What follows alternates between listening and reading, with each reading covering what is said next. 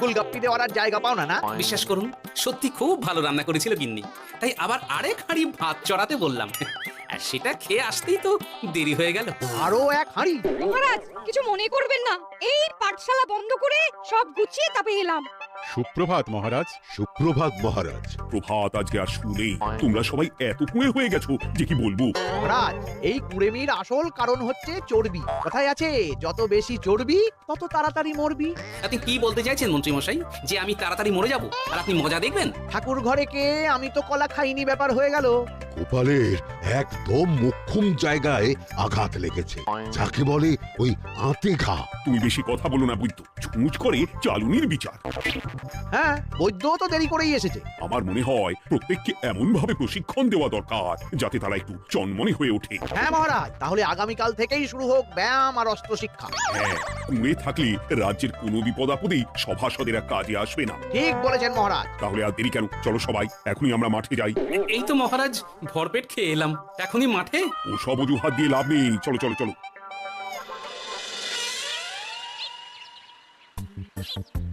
এবার সবাই সারিবদ্ধভাবে দাঁড়িয়ে পড়ো। এ কি, গোপাল কোথায়? মহারাজ, গোপাল আপনার পিছনে দাঁড়িয়ে আছে, চুপি চুপি। এই গোপাল, যাও যাও, মাঠের মাঝখানে গিয়ে দাঁড়াও। এই চাঁদি ফাটা রোদে কেন মহারাজ সুস্থ শরীরকে ব্যস্ত করছেন? এইসব বাজে কথা শুনতে চাই না। শুয়ে বসে থেকে শরীরের কি অবস্থা করেছো? শরীরের নাম মহাশয়, যা সবে তাই সয়। তুমি যাবে না, তোমাকে এক্ষুনি বরখাস্ত করব। কি জ্বালা! যেখানে আমার সব কাজ বুদ্ধি দিয়েই হয়ে যায়, সেখানে গায়ের জোরের কি দরকার? হ্যাঁ,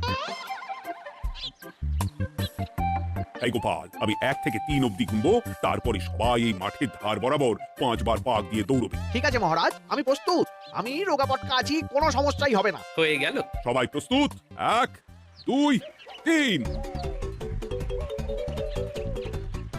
কি হলো গোপাল, দৌড়াও দৌড়াও। মহারাজ, এর থেকে বেশি জোরে পারবো না। আই, কে আছো? একটা কঞ্চি দাও। এই সেরেছে।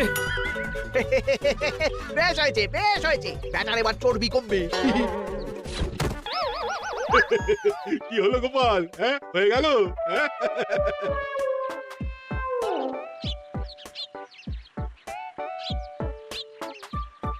এই গুলটে, গুটি, আমাদের দাদু উল্টে গেছে। হ্যাঁ, তাই তো দেখছি। চল চল গিয়ে দেখি। উফ, চেহারার কি অবস্থা বানিয়েছো গোপাল, হ্যাঁ? এতটুকু দৌড়তে গেলেই চিটপটাং। তাড়িয়ে দিন মহারাজ, এরকম বেঢপ চেহারা সভাসদকে আমাদের দরকার নেই। না না, তা বললে হবে না গোপাল, তুমি এক্ষুনি বাড়ি চলে যাও, কালকে আবার মাঠেই দেখা হবে। এই দাদু, বাড়ি চলো। ওরে বাবারে!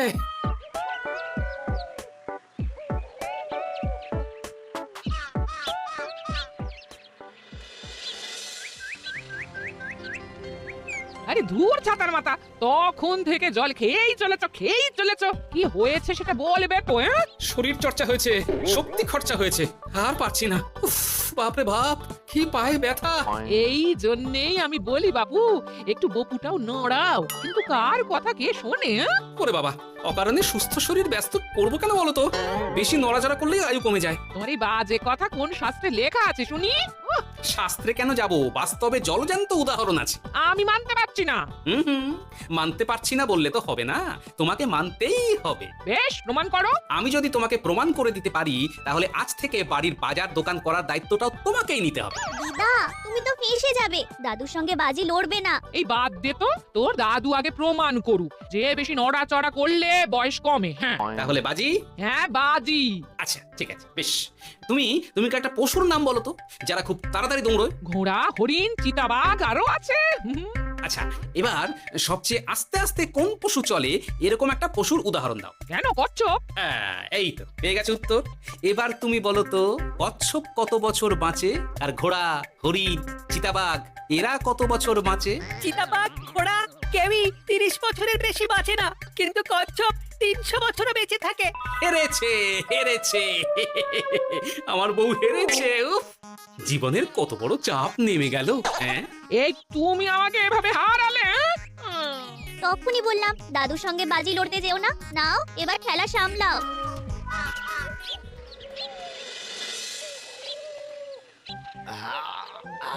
আরো ভালো করে মালিশ কর। আজকে ছোটাছুটি করে পা দুটো বেশ ব্যথা ব্যথা করছে। কালকে তো আবার অন্য পরীক্ষা। আরে আমার হালকা চেহারা আছে, সব সামলে নেব। কালকে তো অস্ত্র চালনা হবে, কালকে আমি কাঁপিয়ে দেব। কাঁপাতে তো হবেই মন্ত্রী মশাই। আমরা আপনার শরীরে এমন ঘষা মাজা করে দেব না, মনে হবে আপনি না একটা জলযন্ত্র অস্ত্র ওই অস্ত্র চালনা করতে যাচ্ছে। হ্যাঁ বাস এই তো চাই। আউ! ওরে বাবারে! আস্তে আস্তে। ও আরে বাবা, আপনার তো ইস্পাতের শরীর, ভাঙবে তবু মচকাবে না। চিন্তা করছেন কেন? ভয় পাবেন না, ভয়কে জয় করতে হবে। আরে আরে আরে, তো ওরা আমার কথাটার সাথে করছিসটা কি? মানুষটা মরে যাবে তো। ও চিন্তা করো না গিন্নি। ও বাবা, ওরা বলেছে আমার ইস্পাতের শরীর, ভাঙবে তবু মচকাবে না। একবার এই বুড়ো বয়সে হাত পা ভাঙলে কে সামলাবে শুনি? মন্ত্রীমশাই, আমাদের বকশিসটা দিয়ে দিন, আমরা কেটে পড়ি। বাবারে বাবা, দিচ্ছি। এনে এত খাটানোর পরে এই এতেই এখন খুশি থাক। হ্যাঁ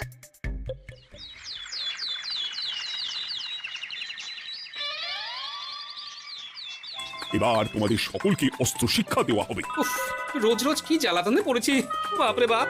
বাবা মা কাউকে ডাকার দরকার নেই, ভালো না লাগলে রাজসভা চাকরি ছেড়ে চলে যাও। মহারাজ, এটা তো উচিত নয়। যে যেটাই পারদর্শী তাকে সেটাই করতে দিন না। একটা বাঁদরকে যদি আপনি বলেন শিকার করে মাংস খেয়ে দেখা, সে কি পারবে মহারাজ? মহারাজ, গোপাল একটু বেশি কথা বলছে, ওকে আপনি বের করে দিন। আমি তোমার কথাই বলবো না গোপাল, তোমাদের সবাইকে এখন অস্ত্র শিক্ষা শিখতেই হবে। কর্তার ইচ্ছায় কর্ম, এখন তো আমার আর কিছুই বলার নেই। তাহলে আর দেরি কেন, তোমরা সবাই একটা করে ঢাল আর একটা করে তলোয়ার তুলে নাও। সেনাপতি, বলুন মহারাজ। তুমি সকলকে অস্ত্র শিক্ষা দিবি, তলোয়ার চালানো শেখাবে। এক এক করে প্রত্যেকে তোমার কাছে যাবে আর এক এক করে তুমি সবাইকে তলোয়ার চালানো শেখাবে। আচ্ছা মহারাজ, তাহলে ওই সবার প্রথমে চলে আসুন মন্ত্রী মশাই। হ্যাঁ আমি প্রস্তুত। আমার শরীর ইস্পাতের মতো, ভাঙবো তবু মচকাবো না।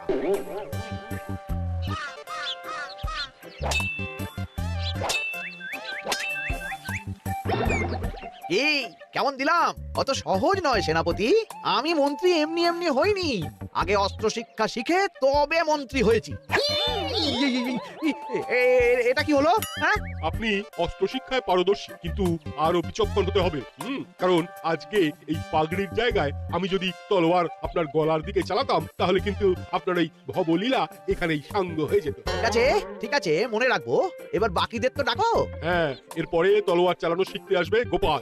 গোপাল দাদু, গোপাল দাদু। বাবা বাবা বাবা, গোপাল তুমি আবার দলবল নিয়ে এসেছো। দেখি তোমার কত দম। গোপাল, তুমি প্রস্তুত হও। হ্যাঁ হ্যাঁ, আমি প্রস্তুত। ওরে বাবারে, এ তো ভয়ানক চাপের কাজ, আমাকে বেশ বেগ পেতে হচ্ছে। সামলাও গোপাল। না, আমাকে অন্য রাস্তা দেখতে হবে। সেনাপতি, মহারাজের দিব্যি, তুমি আমার দিকে তলোয়ার ঢাল বাড়াবে না। এই এই এটা কি হলো? সত্যি তো, এটা কি হলো? গেল গেল গেল গেল গেল গেল গেল, দুধটা খুলে গেল গো। দেব নাকি এবার কুচ করে কেটে? জিতে গেছি, জিতে গেছি। এটা কি হলো? শত্রুপক্ষ কখনো কারো দিব্যি শুনবে না। আর সেনাপতি, তুমি কি ওখানে দাঁড়িয়ে দাঁড়িয়ে মজা দেখছো? আমি কি করব মহারাজ, গোপাল যে আপনার দিব্যি দিয়ে দিল। গোপালটা খুব চালাক। তাহলে এখন উপায়? ওসব গোপাল তোমাকে বোকা বানাবার জন্য করেছে। তুমি ধুতি ঠিক করে আবার লড়াই চালিয়ে যাও। যথাজ্ঞা মহারাজ।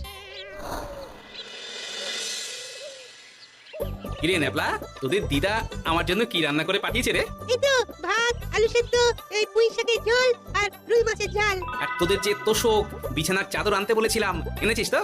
ওই তো দাদু, কুটির গুড়িতে আর বাকিরা সবাই ধরাধরি করে নিয়ে আসছে। ব্যাস, তাহলে তার কোনো চিন্তা নেই। খেয়ে একটা জব্বর ঘুম দেব, কারণ এখানে যা রঙ্গ দেখছি তাতে বিকেল হয়ে যাবে। তলোয়ার শিক্ষা আজকের মতন এইটুকুই থাক। এবার শুরু হবে বল্লম শিক্ষা। সবাই আবার আগের মতন সারিবদ্ধভাবে দাঁড়িয়ে পড়ো।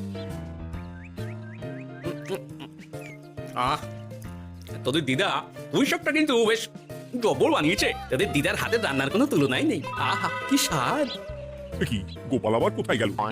এই তো মহারাজ, আমি এখানে ওই পুঁয়ের ঝোল আর রুইয়ের ছাল দিয়ে ভাত খাচ্ছি। এসব কি মাঠের মধ্যে খাওয়া? আরে শরীরটাকে তো রাখতে হবে। তাড়াতাড়ি খেয়ে এইদিকে এসো। আসছি আসছি আসছি। এবার আমি তোমাদের দেখাবো কিভাবে বল্লম নিয়ে তেড়ে যেতে হয়। দেখান মহারাজ। এ তো খুবই সোজা মহারাজ। ঠিক আছে, তাহলে বল্লম নিয়ে তেড়ে যাও দেখি। দিন, আপনার হাতের বল্লমটাই দিন। আরে আরে, গোপাল তো মাঠ থেকেই চলে গেল। আমি ডেকে আনছি মহারাজ। আরে আরে, ও গোপাল গোপাল, মহারাজ যাচ্ছেন, থামো থামো। মহারাজ বলেছেন বল্লম নিয়ে তেড়ে যেতে, তেড়ে গিয়ে আবার ফিরে আসতে তো উনি বলেননি। আরে এ তো মহা মুশকিল, উনি এক্ষুনি তোমাকে মাঠে ফিরতে বললেন। সেটা আপনাকে বলতে পারে সেনাপতি, আমাকে তো বলেনি। আমি চললাম।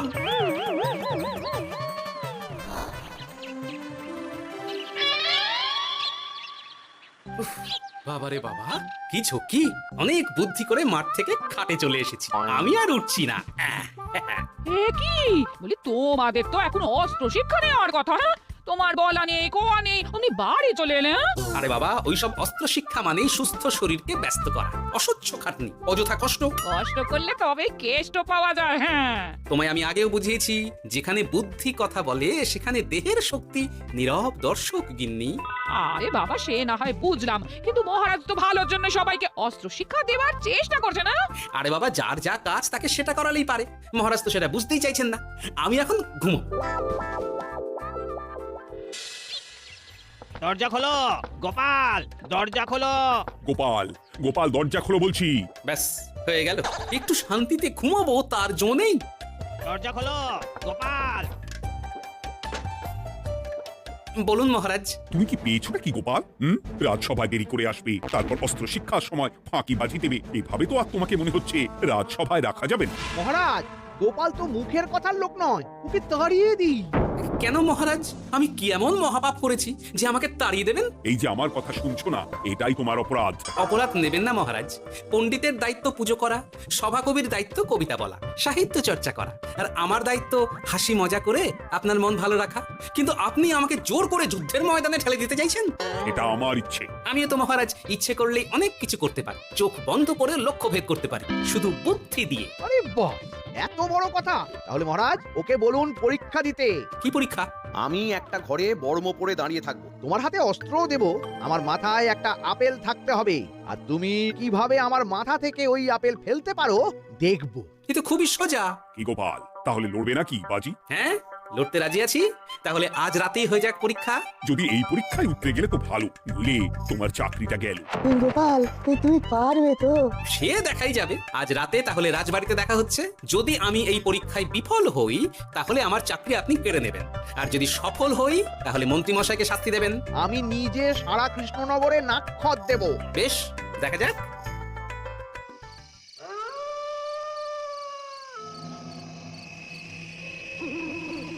কি মন্ত্রীমশাই, ব্যবস্থা সব ঠিকঠাক হয়েছে তো? হ্যাঁ, এবার শুধু গোপালের পরীক্ষার পালা। আমি তাহলে বাইরে গেলাম, গোপালকে পাঠিয়ে দিচ্ছি।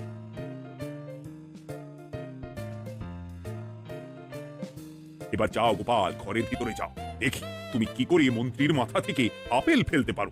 আপনি তো শুধু আমার চোখ ঢেকেছেন, আমার নাক মুখ কানও ঢেকে দিন, যাতে ঘ্রাণেন্দ্রিয় শ্রবণেন্দ্রিয়েরও সাহায্য না নিতে পারি। বেশ, তাহলে তাই হোক। আই, কে আছো? গোপালের মুখ, নাক আর কান ঢাকো। যথা আজ্ঞা মহারাজ। একটু একটু মোটা কাপড় দিয়ে নাক মুখ ঢাকো, হ্যাঁ, যাতে সেভাবে আপেলের গন্ধ না পাই। বেশ বেশ।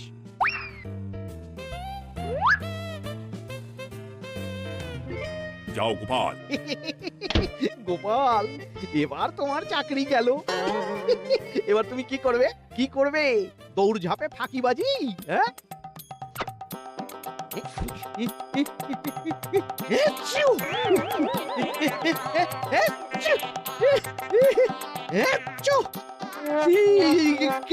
গেল, আপেল পড়ে গেল।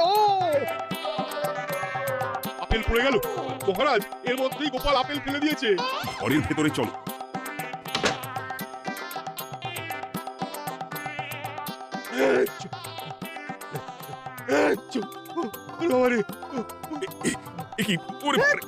কি ঝাঁজ! কি মহারাজ, দেখলেন তো গোপালের চমক? অস্ত্র ছাড়াই আপেল ফেলে দিলাম। এটা তো তুমি নীতি বিরুদ্ধ কাজ করেছো। সারা ঘরে নস্যি ছড়িয়ে দিয়েছো। মহারাজ, হাত থেকে আপেল পড়ে গেছে। এবার সারা কৃষ্ণনগরে নাক্ষত দিতে হবে। সত্যি সত্যি গোপাল, বুদ্ধি তো তোমার জুড়ি মেলা আভার। আমার নাম গোপাল ভাঁড়। একটা কথা মনে রাখবেন, কেউটে সাপের লেজে পা দেবেন না, আর গোপালের কাজে বাধা দেবেন না।